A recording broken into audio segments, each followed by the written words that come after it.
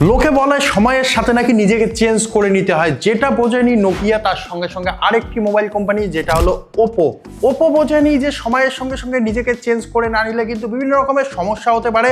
তারা তাদের কে সিরিজের নতুন ফোন লঞ্চ করেছে এবং এইখানে K14X 5G মোবাইলটি আজকে রয়েছে আমাদের কাছে। তো এই মোবাইলটির মধ্যে এমন কিছু ফিচার্স দিয়েছে, তার সঙ্গে সঙ্গে এমন কিছু জিনিস দিয়েছে যেগুলো কিন্তু এই প্রাইস পয়েন্টে বা এই মার্কেটে একদমই চলে না। তবে এইখানে কিছু ভালো জিনিস দেওয়া আছে, যার মধ্যে রয়েছে 30 ডে রিপ্লেসমেন্ট, অর্থাৎ 30 দিনের মধ্যে কোনো কিছু হলে কিন্তু একদম ঝামেলা মুক্ত কিন্তু রিপ্লেসমেন্ট হয়ে যাবে ওপোর তরফ থেকে। এবং তার সঙ্গে সঙ্গে এটার যে ট্যাগলাইন, সেই ট্যাগলাইনও ভালো রেখেছে, অর্থাৎ স্ক্রল স্মুথ সুইচ ফাস্ট। তো যাই হোক, এখানে কি ফাস্ট দিয়েছে সেটাই দেখার বিষয়। এইখানে যে প্রসেসর দিয়েছে সেই প্রসেসরেই কিন্তু গন্ডগোল রয়েছে। তো যাই হোক, দেখবো কি কি দিয়েছে। তাই সবার প্রথমে এটাকে আনবক্স করতে হবে। তো আমরা এটাকে সবার প্রথমে আনবক্স করে নেব। তো আনবক্স করার জন্য চাকুটি রয়েছে আমাদের কাছে, কিছুটা এইভাবে আমরা কেটে নেব। তো এইভাবে কেটে নেওয়ার পর যখন এইভাবে ধরবো কিন্তু খুব স্মুথলি একদম আস্তে আস্তে কিন্তু এখানে আনবক্স হয়ে যাবে, কারণ এখানে ইজি টু আনবক্স একটি বাক্স দেওয়া হয়েছে। এইখানে সবার উপরেই ওপোর ব্র্যান্ডিং রয়েছে। 1 মিনিট। তো এর যে বক্স, সেই বক্সে কিছু হাইলাইট রেখেছে, যেটা হলো এখানে 6500 mAh এর ব্যাটারি দেওয়া হয়েছে। তার সঙ্গে সঙ্গে এখানে মিডিয়াটেক ডায়মন্ডসিটি 6300 দেওয়া হয়েছে এবং এইখানে কিন্তু বলে দেওয়া হচ্ছে 50 মেগাপিক্সেল প্লাস 2 মেগাপিক্সেলের এআই ক্যামেরাও দেওয়া হয়েছে। উপরের দিকে এর ব্র্যান্ডিং রয়েছে, তারপরে এই সাইডেও ব্র্যান্ডিং রয়েছে এবং এই সাইডে কিছু স্টিকার রয়েছে। তো যাই হোক, এতটুকুই। এবং বক্সের উপরে আমি আবারও দেখালাম, এখানে একটি প্যাকেট যেখানে ওপোর ব্র্যান্ডিং দেওয়া রয়েছে। তো সবখানে ওপো লিখে রেখেছে। তো এইখানে যে বক্সটি দেওয়া হয়েছে, সেই বক্সের মধ্যে মেবি যেটা থাকে সেটাই এইখানে রয়েছে। হ্যাঁ, এইখানে একদম সিম্পল কিছু জিনিস রয়েছে, যেমন এইখানে একটি কুইক গাইড রয়েছে, যেটা এইখানে দেওয়া হয়েছে কিছুটা এইভাবে। এবং তার সঙ্গে সঙ্গে এইখানে একটি ভালো ধরনের টিপিইউ কেস দেওয়া হয়েছে, যেটা অবশ্যই ডিজাইন বাই ওপো। এখানে কিন্তু মিডিলে লেখা রয়েছে এবং পেছনে ওপোর ব্র্যান্ডিং রয়েছে এবং এর কোয়ালিটিও মোটামুটি ভালো, নো ডাউট ভালো। এবং অন্য কোম্পানিগুলোর মতো সাদা দেন, এটাই সব থেকে ভালো। তো যাই হোক, এটাকে সাইডে রাখবো এবং তারপরে বক্সের ভেতরে কিছুটা এইভাবে আসে আমাদের মোবাইলটি, কিছুটা এইভাবে। এইখানেও কিন্তু ওপোর ব্র্যান্ডিং দিতে ভোলেনি। তো যাই হোক, এইখানে একটি বাটার পেপারের মধ্যে মোবাইলটি এইভাবে আসে, এটাকে সাইডে রাখবো। তারপরে এইখানে একটি বড় মাপের পাওয়ার অ্যাডাপ্টার দেওয়া হয়েছে, যেটা 45 ওয়াটের এবং এটা টাইপ এ থেকে টাইপ সি সাপ্লাই করবে। এবং তার সঙ্গে সঙ্গে এইখানে টাইপ এ থেকে টাইপ সি একটি পোর্ট বা টাইপ সি একটি ডাটা কেবল দেওয়া আছে, যেটা কিছুটা এইভাবে আসে। এবং তার সঙ্গে সঙ্গে এখানে একটি সিম ইজেক্টর পিন দিয়েছে ওপো, যেটি স্মাইলির সঙ্গে কিছুটা এইভাবে আসে। তো যাই হোক, এতটুকুই দিয়েছে।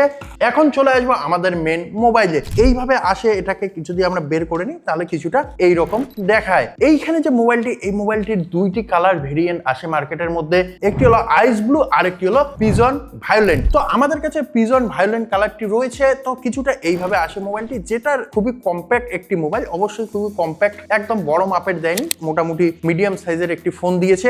এইখানে কিন্তু পেছনের দিকে যে ব্যাক প্যানেলটি ইউজ করা হয়েছে সেটি প্লাস্টিক ম্যাটেরিয়ালের তৈরি এবং অবশ্যই এখানে ডায়মন্ড কাট ডিজাইন দেওয়া হয়েছে, যেই জন্য তোমরা যদি এইরকম করো একটু, তাহলে এইখানে কিন্তু গ্লো আসে এবং তার সঙ্গে সঙ্গে ডিজাইনটি ভালো দেখা যায়। এবং এইখানে ওপোর ব্র্যান্ডিং রয়েছে, তার সঙ্গে সঙ্গে ডুয়েল ক্যামেরা দেওয়া হয়েছে এবং একটি ফ্ল্যাশ লাইট দেওয়া হয়েছে। তো যাই হোক, এখানে ম্যাটেরিয়াল নিয়ে কথা বলছিলাম। তো এখানে যে ফ্রেম দেওয়া হয়েছে সেটিও প্লাস্টিক ম্যাটেরিয়ালেরই দেওয়া হয়েছে, এখানে অন্য কোনো ম্যাটেরিয়াল ইউজ করেনি। এখন আসা যাক এর কিছু ইম্পর্টেন্ট পার্ট, যেমন এর ক্যামেরা। তো এইখানে কিন্তু পেছনে ডুয়েল ক্যামেরা সেটআপ দিয়েছে, যেটা আমরা বলি আইফোনকেই কপি করেছে, শুধুমাত্র গোল না করে একটু অন্য টাইপের করেছে। তো এইখানে কিন্তু 50 প্লাস 2 মেগাপিক্সেলের দুইটি ক্যামেরা দেওয়া হয়েছে, যেগুলোকে এআই ক্যামেরা বলা হচ্ছে। এখানে ভাই সনি বা জাইস এইরকম কোনো সেন্সারের কথা বলা হয়নি। তার সঙ্গে সঙ্গে এইখানে একটি ফ্ল্যাশ লাইট ইউজ করেছে এবং সামনের দিকে একটি 5 মেগাপিক্সেলের, মাত্র 5 মেগাপিক্সেলের সেলফি ক্যামেরা ইউজ করেছে। না, এইখানে কিন্তু সেন্সার সাইজটা বড় দেয়নি, এখানে 5 মেগাপিক্সেলের সিম্পল একটি ক্যামেরা দেওয়া হয়েছে, যেটার মাধ্যমে মোটামুটি আমরা সেলফি তুলতে পারবো। এইখানে একটি ডিসপ্লে দেওয়া হয়েছে, যেটা হলো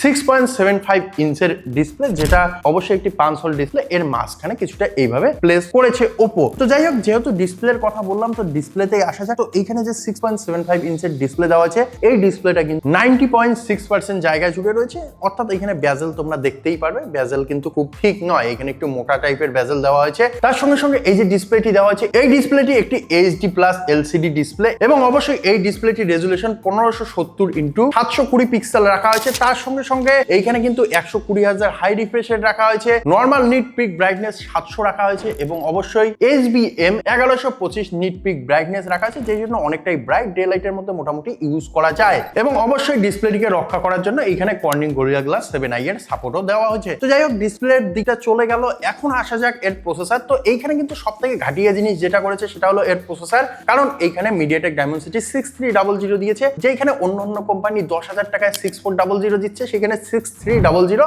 মানাই যায় না। তো যাই হোক, এইখানে একটি নর্মাল টাইপের প্রসেসর দেওয়া হয়েছে এবং অবশ্যই এইখানে দুইটি র্যাম ভেরিয়েন্ট দেওয়া হয়েছে, 4GB এবং 6GB, যেটি LPDDR4X র্যাম। LPDDR5X সেই কবে চলে এসেছে, এখন পর্যন্ত এরা ইউজ করছে না। তার সঙ্গে সঙ্গে UFS 2.2 এইখানে স্টোরেজ টাইপ দেওয়া হয়েছে, 128GB শুধুমাত্র একটি স্টোরেজ টাইপ দেওয়া হয়েছে। তার সঙ্গে সঙ্গে এইখানে 8 কোর CPU দেওয়া হয়েছে এবং GPU যদি দেখি আমরা, তাহলে এখানে মালি G57 দেওয়া হয়েছে এবং তার সঙ্গে সঙ্গে এটি কালার OS এর মধ্যে রান করবে এবং Android 15 এর উপর চলবে। এবং তার সঙ্গে সঙ্গে আরেকটি জিনিস না বললেই নয়, সেটা হলো এর ব্যাটারি। এখানে 6500 mAh এর ব্যাটারি দেওয়া আছে, যেটা দিয়ে মোটামুটি সারাদিন নো ডাউট ভালোভাবেই চলবে। তবে আরেকটু বাড়ানো উচিত ছিল, কারণ অন্যান্য কোম্পানি সেই 10,001 mAh এ চলে গেছে, অর্থাৎ চাঁদে চলে গেছে, এরা এখনো পৃথিবী এবং চাঁদের মাঝখানেই পড়ে আছে। তো যাই হোক, এইখানে সেন্সারেরও কমতি করেনি, প্রক্সিমেট্রি সেন্সার, অ্যাম্বিয়েন্ট লাইট সেন্সার, ই কম্পাস সেন্সার, তার সঙ্গে সঙ্গে সাইড মাউন্টেড ফিঙ্গারপ্রিন্ট সেন্সার দেওয়া আছে। তো এইখানে আমরা একটি জিনিস মিস করে গেছি, সেটা হলো এর বডি। তো উপরের দিকে কিন্তু কোনো কিছুই দেওয়া হয়নি বডির। আমরা যদি বা সাইডে দেখি, তাহলে বা সাইডে এখানে সিম ট্রে দেওয়া আছে, ডান সাইডে যদি দেখি তাহলে এখানে পাওয়ার কি কাম ফিঙ্গারপ্রিন্ট সেন্সার দেওয়া আছে এবং অবশ্যই তার উপরে কিন্তু ভলিউম আপ ডাউন কি দেওয়া আছে। এবং নিচের দিকে যদি আমরা লক্ষ্য করি, নিচের দিকে কিন্তু speaker grille, type C port, primary microphone এবং 3.5mm হেডফোন জ্যাক দেওয়া হয়েছে। তবে এইখানে কিন্তু সিঙ্গেল স্পিকার ইউজ করা হয়েছে, যেই জন্য এর সাউন্ড কোয়ালিটি খুব একটা দুর্দান্ত হবে না। এবং তার সঙ্গে সঙ্গে এইখানে কিন্তু আইআর ব্লাস্টার মিস করে দিয়েছে, যেটা করা উচিত হয়নি। তো যাই হোক, এত কিছু রয়েছে মোবাইলের মধ্যে।